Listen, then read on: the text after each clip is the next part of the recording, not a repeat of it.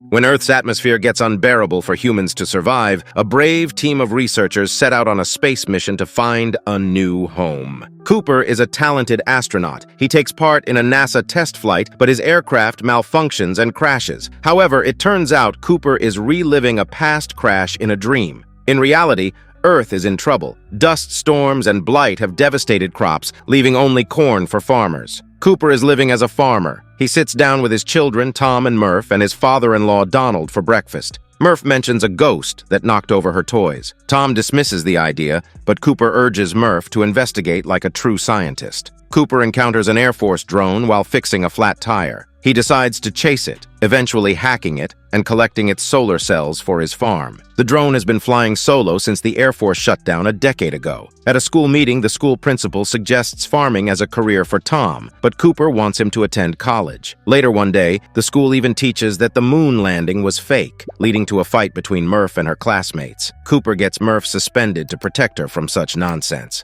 Donald contacts Cooper about issues with the self-driving tractors he designed. There's a compass interference mystery Cooper can't solve. Books falling in Murph's room lead her to believe they're coded messages from the ghost. Cooper vents to Donald about the frustrating school situation, feeling like his skills as an engineer and pilot are going to waste. One day, the family is enjoying a baseball game, but their fun is interrupted by a massive dust storm. When they return home, Murph's room is covered in dust due to an open window. They notice the dust falling in a peculiar pattern near the bookshelf. In the morning, Cooper realizes it's not a ghost causing objects to fall. It's a gravitational anomaly. These lines of dust convey binary code, which Cooper deciphers into coordinates. Cooper and Murph embark on a journey to these coordinates and come across a formidable fence. As Cooper tries to cut it, a bright light makes him unconscious. Upon waking, he's faced with an interrogation from a robot named TARS. Dr. Amelia Brand arrives, and Cooper recognizes her as a fellow scientist, and he reveals how he acquired the coordinates through a gravitational anomaly. Professor Brand unveils that the facility is NASA, operating covertly due to limited funds. He explains that blight will soon destroy the remaining corn crops, and they must leave Earth to survive. Cooper is initially hesitant, but eventually agrees to pilot the mission. Professor Romilly informs Cooper about gravitational anomalies occurring for nearly 50 years. The most significant one is a wormhole near Saturn, potentially created by unknown beings referred to as they. This wormhole offers access to habitable worlds. Cooper discovers that missions have ventured through the wormhole, with astronauts possibly in hibernation on the other side. The success depends on the habitability of those planets. They receive transmissions from 3 promising planets, which they plan to explore. Cooper inquires about their plans if they find a habitable world. Brand outlines 2 options. Plan A involves manipulating gravity through an equation, similar to what they did with the wormhole, to transport space stations with millions of people from Earth. Plan B entails taking thousands of fertilized human eggs to start a population on a new world. Cooper is uneasy about abandoning Earth's population, but Brand assures him they'll implement Plan A after solving the gravity equation. Murph is upset with Cooper for leaving on this mission. She shows him Morse code messages she found in her room, spelling stay. Cooper gifts her a watch and shares that time will pass differently for him in space. He hopes to return and compare watches, but this upsets Murph even more. The crew, consisting of Cooper, Amelia, Romilly, Doyle, and TARS, launches from Earth and docks with a ship named the Endurance. The delicate docking procedure is successful, and they settle into the Endurance. TARS discovers another robot called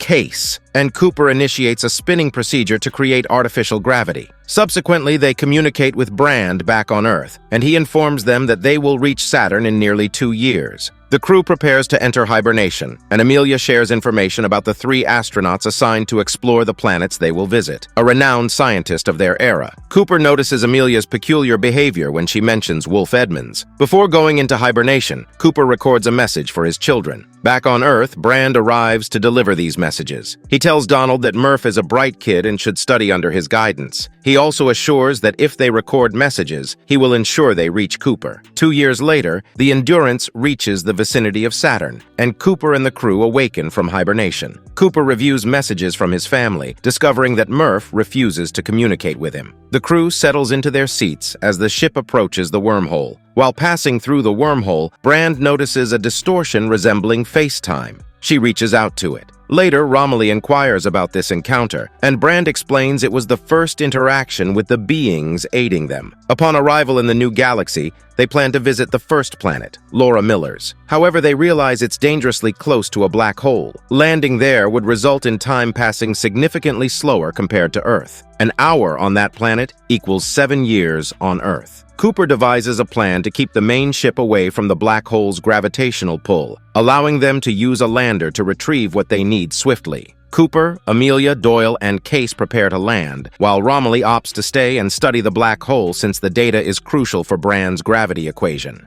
Upon landing on Miller's planet, they discover it's predominantly covered in water. As they investigate Miller's signal source, they find her transmitter wreckage. Amid the search, they encounter massive tidal waves approaching. Cooper instructs them to return to the lander for a swift departure. However, Amelia becomes trapped under debris, and Case rushes to rescue her in time. Regrettably, Doyle fails to make it back, and they are left with a waterlogged lander, preventing takeoff for approximately another hour. Cooper, frustrated, asks how much Earth time this delay will cost them. Amelia replies with a grim, multiple decades. Cooper's anger intensifies. Returning to the main ship, they find Romilly, who has waited for 23 years. Messages have been received, but there's no outgoing communication. Cooper begins to play his messages from the beginning. All these messages are from Tom. Cooper watches Tom's entire life unfold in the videos. Tom grows older, gets married, and tragically loses his very young child. After years of receiving messages from Tom, there's a final message, this time from a much older Murph. In her message, Murph mentions that it's her birthday, and she's now as old as Cooper was when he left. She recalls Cooper's words about them possibly being the same age upon his return, making this an ideal time for his comeback. This revelation moves her to tears. After finishing the recording, a much older Brand arrives. Murph and Brand now collaborate, but they are still grappling with the unresolved gravity equation. Murph notices a fundamental flaw in their approach to solving the equation and is puzzled why Brand hasn't addressed it. Meanwhile,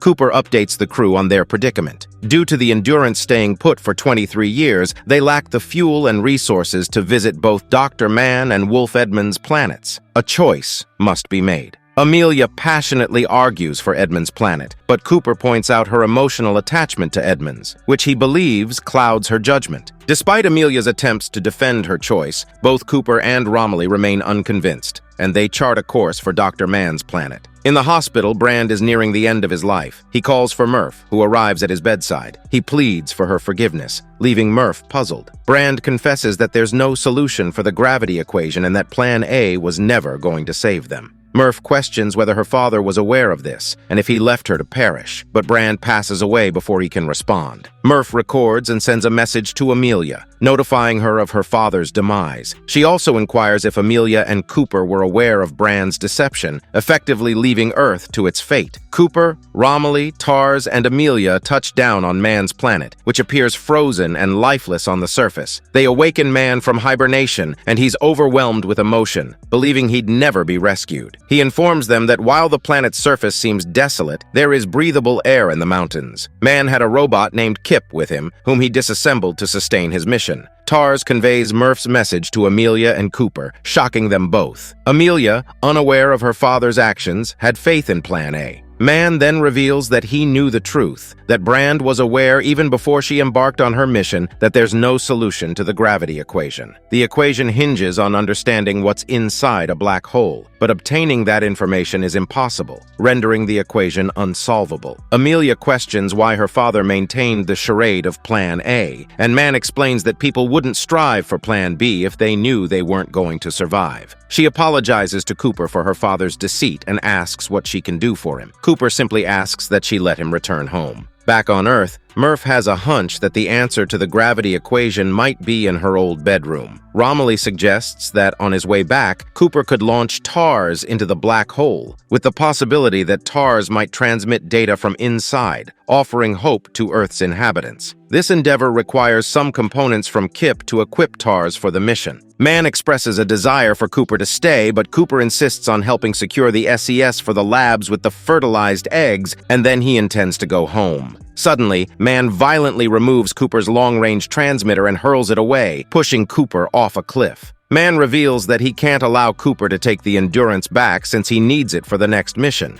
He admits that he lied about the barren and uninhabitable nature of man's current location. He knew it was hopeless, but continued sending signals, anticipating rescue. A confrontation erupts between Cooper and Man. Man manages to damage Cooper's helmet and walks away, leaving Cooper gasping for air. Cooper spots his long-range transmitter and manages to contact Amelia, who rushes to his rescue alongside Case. They arrive, and Cooper informs them of Man's deception. Meanwhile, Romilly activates Kip, only to discover that Kip is set to self-destruct. An explosion occurs, resulting in Romilly's demise. Man boards a lander and heads for the Endurance, with Cooper and Amelia in hot pursuit. Back on Earth, Murph goes through her belongings in her old room and finds the watch Cooper gave her before his departure. One hand of the watch behaves oddly. Man struggles to dock properly with the Endurance, causing rapid depressurization and severe damage to the entire ship. Cooper maneuvers his lander directly beneath the spinning Endurance and matches its spin. During this precarious maneuver, Amelia loses consciousness, but they successfully dock. Despite their joy at the successful maneuver, TARS warns them that they have no time to celebrate because they are heading directly into the pull of the black hole. They assess their situation, and Cooper devises a plan. He recognizes that the Endurance has suffered significant damage and that they are running low on fuel, making a return to Earth impossible. Amelia apologizes to Cooper for this situation. Cooper proposes an alternative plan. They can still reach Edmonds's planet and implement Plan B by utilizing the black hole's gravity to slingshot themselves toward their destination. Though this approach will consume numerous Earth years due to their proximity to the black hole, they have no choice but to proceed. Cooper and TARS each enter separate landers to use them as boosters for the slingshot maneuver. Later, TARS will detach to reduce weight and slip into the black hole, attempting to gather information as originally suggested by Romilly. They execute the maneuver, but after TARS disconnects, Cooper gets ready to do the same. Amelia is shocked, and Cooper confesses the truth. There are only enough resources on board to get Amelia to Edmund's planet. She pleads with Cooper not to go, but he has no alternative. He detaches and heads straight into the black hole. Inside the black hole, the lander sustains significant damage, forcing Cooper to eject from it. He finds himself in a vast construction filled with threads, which he later realizes is the back of the bookshelf in Murph's bedroom. Cooper punches one of the threads, causing books to fall. He observes a young, bewildered Murph and reminisces about trying to console her before leaving. Armed with the knowledge he possesses, he desperately implores his old self not to leave his daughter, but his words remain unheard. Recalling that Murph used to search for Morse code, he drops the books to spell stay in Morse code, hoping she'll notice and prevent him from departing. In the present, Murph contemplates in front of the bookshelf, suddenly comprehending that Cooper was her ghost all along. Cooper establishes radio communication with TARS, who explains that the advanced beings constructed this place to help Cooper understand how to manipulate gravity across time. Cooper realizes that he is the one who brought himself here and confirms his theory by creating binary coordinates of NASA in the falling dust. In an effort to share crucial quantum data with Murph, he feeds the information into the hand of the watch he gave her, knowing she'll return it. On Earth, Murph deciphers the Morse code from the watch, cracking the equation of gravity. Cooper elucidates to TARS that the advanced beings are evolved humans from the future, transcending their 4 dimensions. The Tesseract closes, and Cooper passes through the wormhole once more, this time in a higher dimension. The revelation emerges that Amelia's earlier handshake was with Cooper, not the advanced beings. Cooper awakens near Saturn and loses consciousness. Upon waking in a hospital, he learns he is 124 years old by Earth's standards. Murph, now elderly, visits him, and they share a heartfelt conversation. Murph insists that Cooper leave because no parent should witness their child's death. Cooper inquires about his destination, and Murph directs him to Amelia, who is alone on Edmonds's planet. Cooper commandeers a ship from the space station and sets off after her. On Edmonds' planet, Amelia buries Edmonds. She removes her helmet as the planet offers breathable air. This was the chosen planet by the advanced beings. Loved this recap? Don't miss the next one. Subscribe, like, and comment which movie we should dive into next. Your pick could be our next spotlight. And turn on the notifications so you stay alerted of our next post.